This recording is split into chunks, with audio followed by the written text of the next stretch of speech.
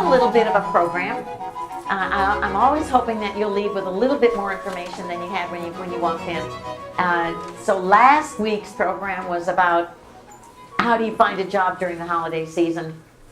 And I wanted to remind you that traditionally the last quarter of the year is the very best time for my people to find a job. My Launchpad people, more people have found a job in the last quarter than any other.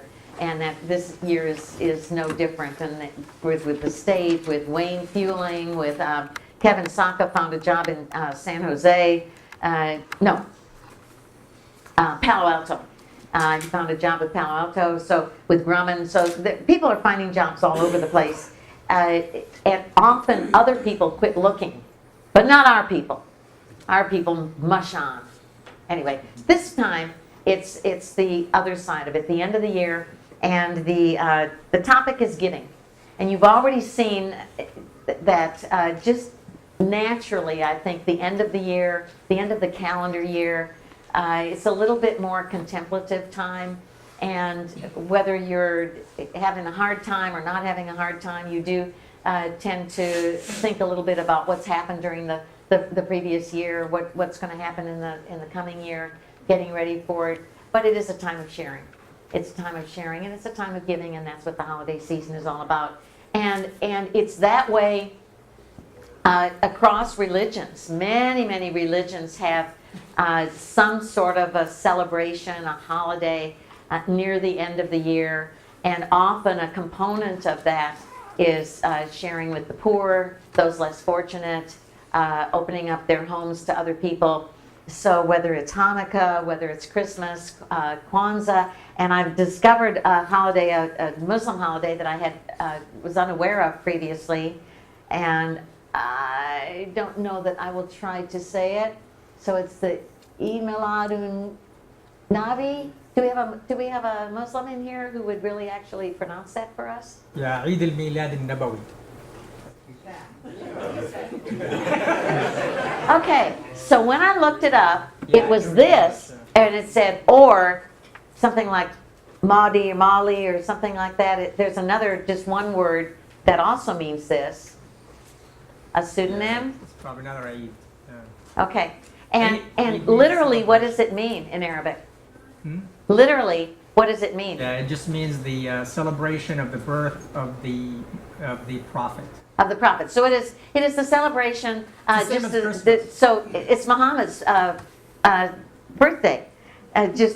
We celebrate the presumed birthday of Jesus Christ, and they celebrate the presumed birthday of Muhammad. And what's interesting about that, here we hear so much about the Shia and the Sunnis, and that for forever and ever and ever they lived together in relative harmony, even though they had slightly different interpretations of things, just the way our different denominations of Christianity sometimes don't agree with things, but they live harmoniously. Well, now, of course, everybody's up in arms against each other. They do not agree on the birth date of Muhammad.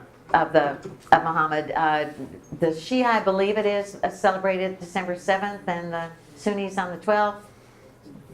Okay, so I thought that was interesting. But part of their celebration in December as well is sharing gifts with each other and giving to the poor, helping the poor. So it seems to be kind of a universal feeling, an emotion, is that at the end of the year, this is what you do. You give.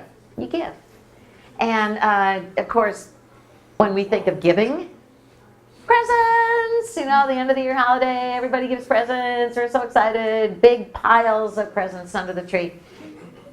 But what do you do when you don't have any money? Then what? Then you're stuck. What do you do then? There is a book called The 5 Languages of Love. I think that sounds a little corny. It's by a guy named Gary Chapman. It has been on the New York Times bestseller list since 2009. But implicit in that book are 5 different ways to show you care about somebody. And gift giving is only one of them. So one of the ways to show you care about somebody is to give what I feel is our most valuable entity, and that is your time. And I can remember sometimes going over to when my grandchildren lived here, and I would go over there, and they would say, can you stay and play? Can you play? Can you stay and play?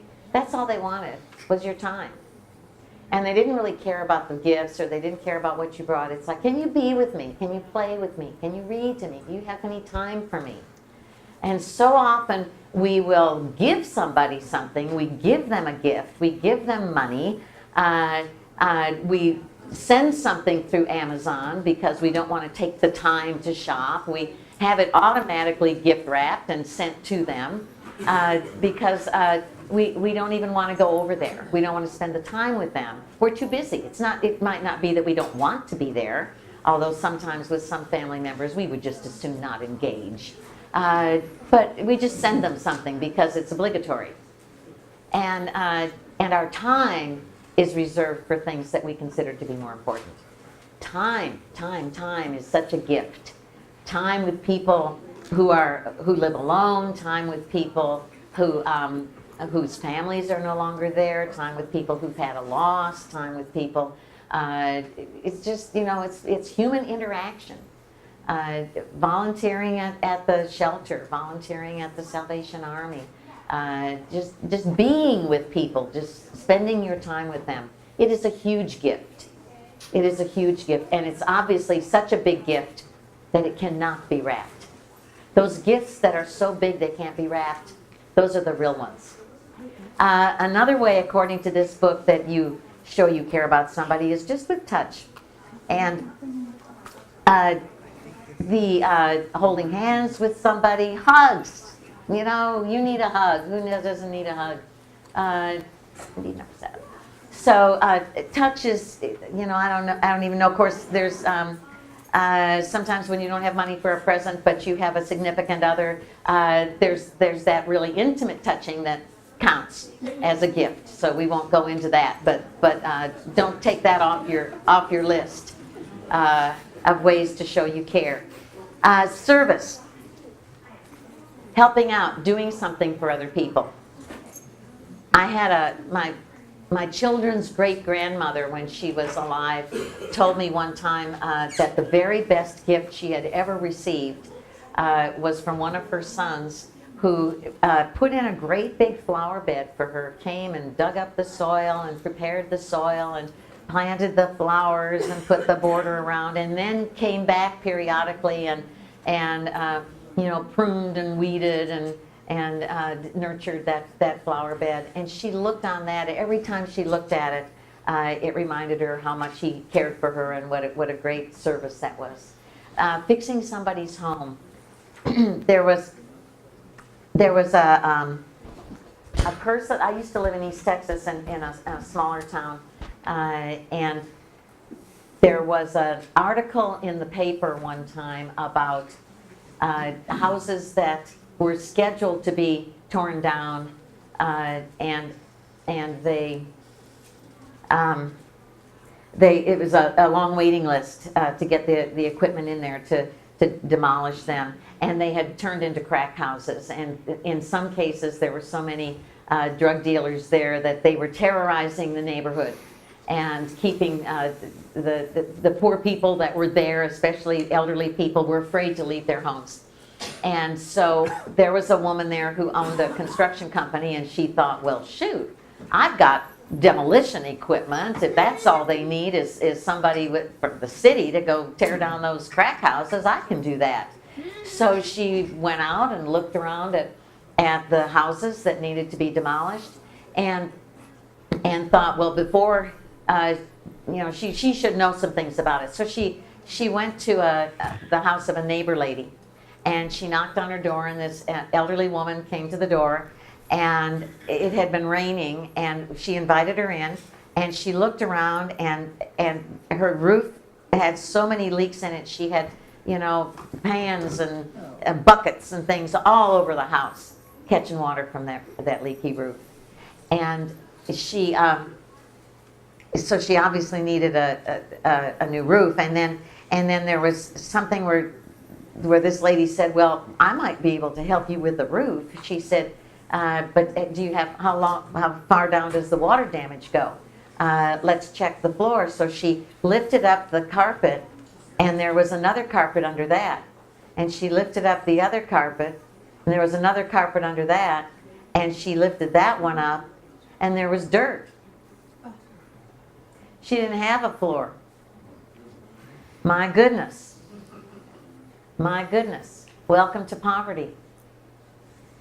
And so this woman she had also not been able to leave her house.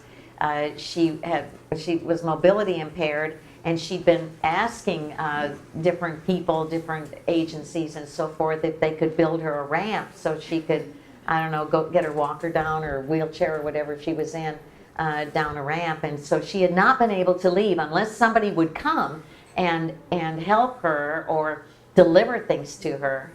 And so anyway, this woman said, oh my gosh, look at this. And I have the wherewithal to fix every single one of her problems. And so she started something that was I can't even remember what it was called, like a helping hand or something like that. But volunteers would come and do, improvements, home improvements on the homes of people who were poor. But it was service. It was I have skills. I have something that would help somebody who's in need. How can I help? How can I help? And just taking the time to do that. Service is enormous. And especially if you don't have any money, what can I do for you? Let me do this, or don't even ask. See what needs to be done and figure out a way to do it. Words. Sometimes I heard of people who had no money, and what they did was write a letter to every single person they cared about, everybody in their family, everybody in their family of choice, and just told what that person meant to them. That is enormous. I have a letter that one of my sons wrote to me, and I think it might even have been a school assignment or something, I don't know. But it was so sweet, and it was all about what he loved about me. And I think, this part is not on there, I kind of seem to remember that he said, don't ever show this to anybody, because it was, he's kind of a macho kind of guy, my kids. No, he's not. He's a pussycat.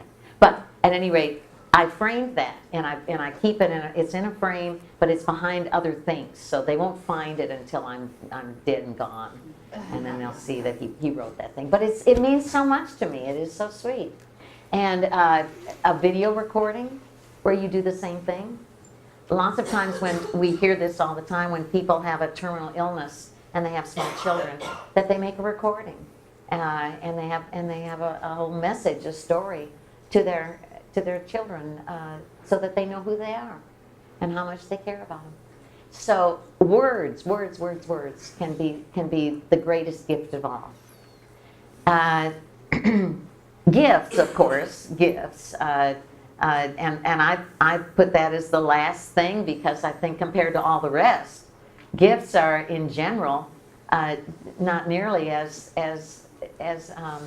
meaningful as the things that you do. But if you create the gift, if you make it yourself, if it's a piece of you, if it's a quilt, if it's something you made. This is a picture that I have that they didn't make it for me, but it's an example of how somebody who doesn't have much money created something beautiful. And you can see it after the meeting if you want, because you can't really see it very well here. But this has become the state artist, I think, of Louisiana. And what he was an artist who had no money for oils and watercolors. And so he created his own pigments from mud, and the different kinds of mud that are in Louisiana.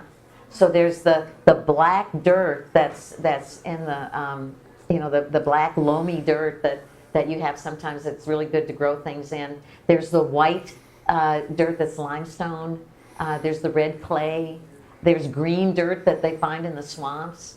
And he would take the dirt and mix it with water and essentially create his own watercolors. And then he paints beautiful pictures that have to do with with Louisiana. So it's mansions with Spanish moss hanging in front of it, and water birds and things like that. And so all his pictures are all over the art galleries of Louisiana. But he started with nothing, mud and water, and made a beautiful kind of art. So, and all of us, how many of you still have things that your children have made for you out of whatever, clay or sea? You're not getting rid of that stuff. It's 30 years old, 40 years old, but it's priceless. It's priceless. The things that people make and share and give, they're valuable. And so you don't need to have money, and those turn out to be the best things of all. So different ways that you have shared and that you care. Tell me some of the stuff that you have.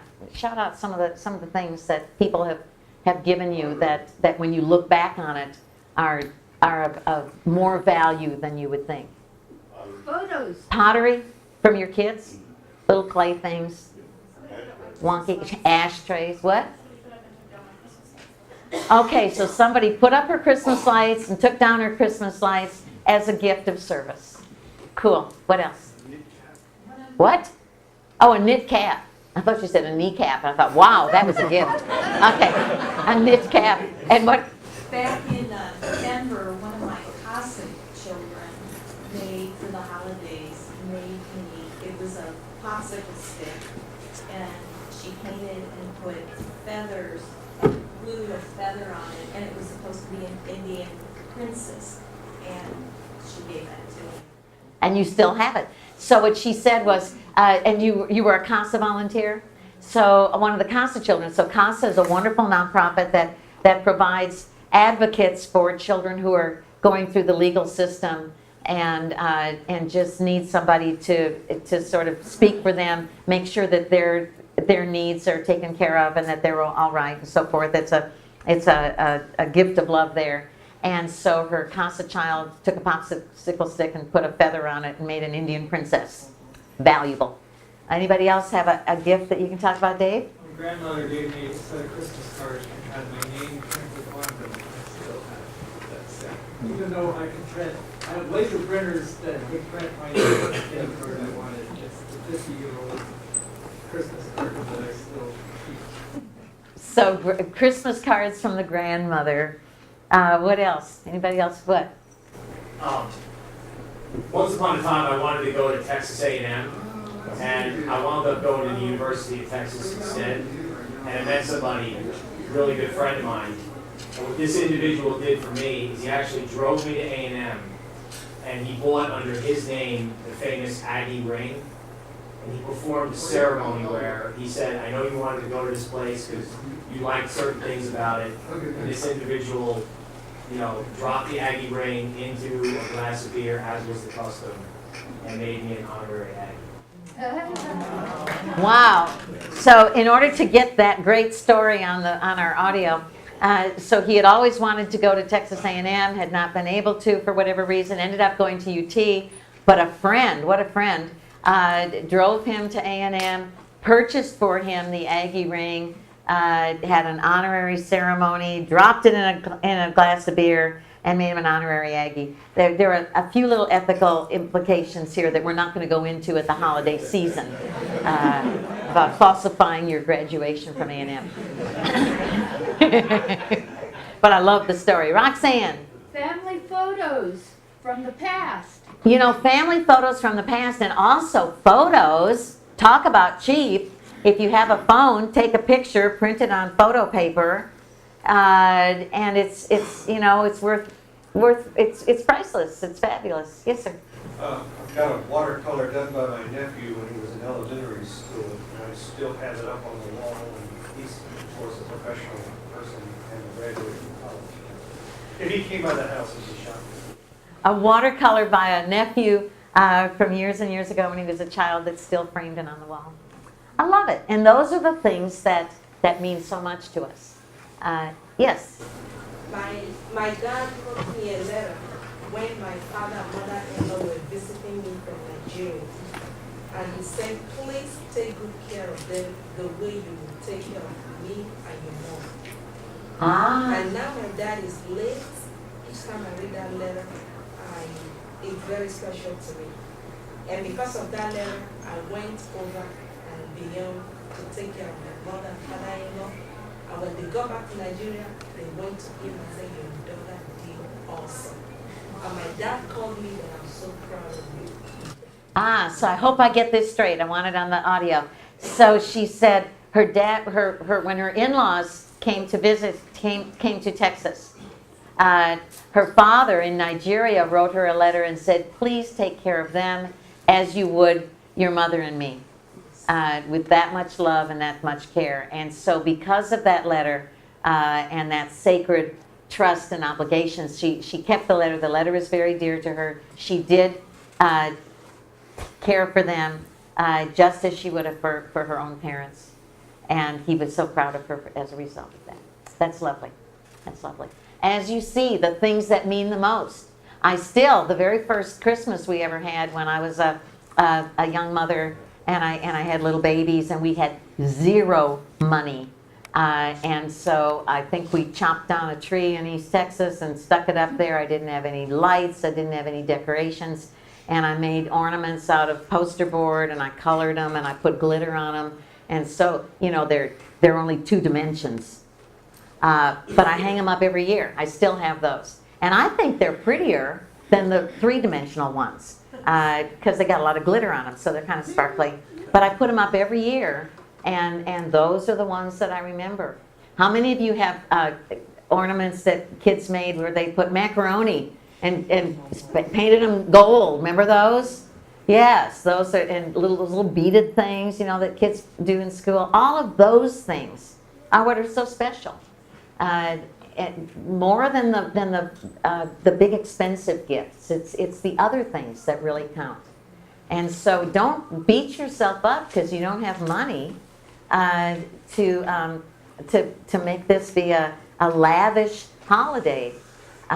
Think of the things that you do that come from the heart, that cost nothing, but are more valuable. So happy, happy, merry, merry. My favorite words. Ta-da! The spirit of Christmas. The end.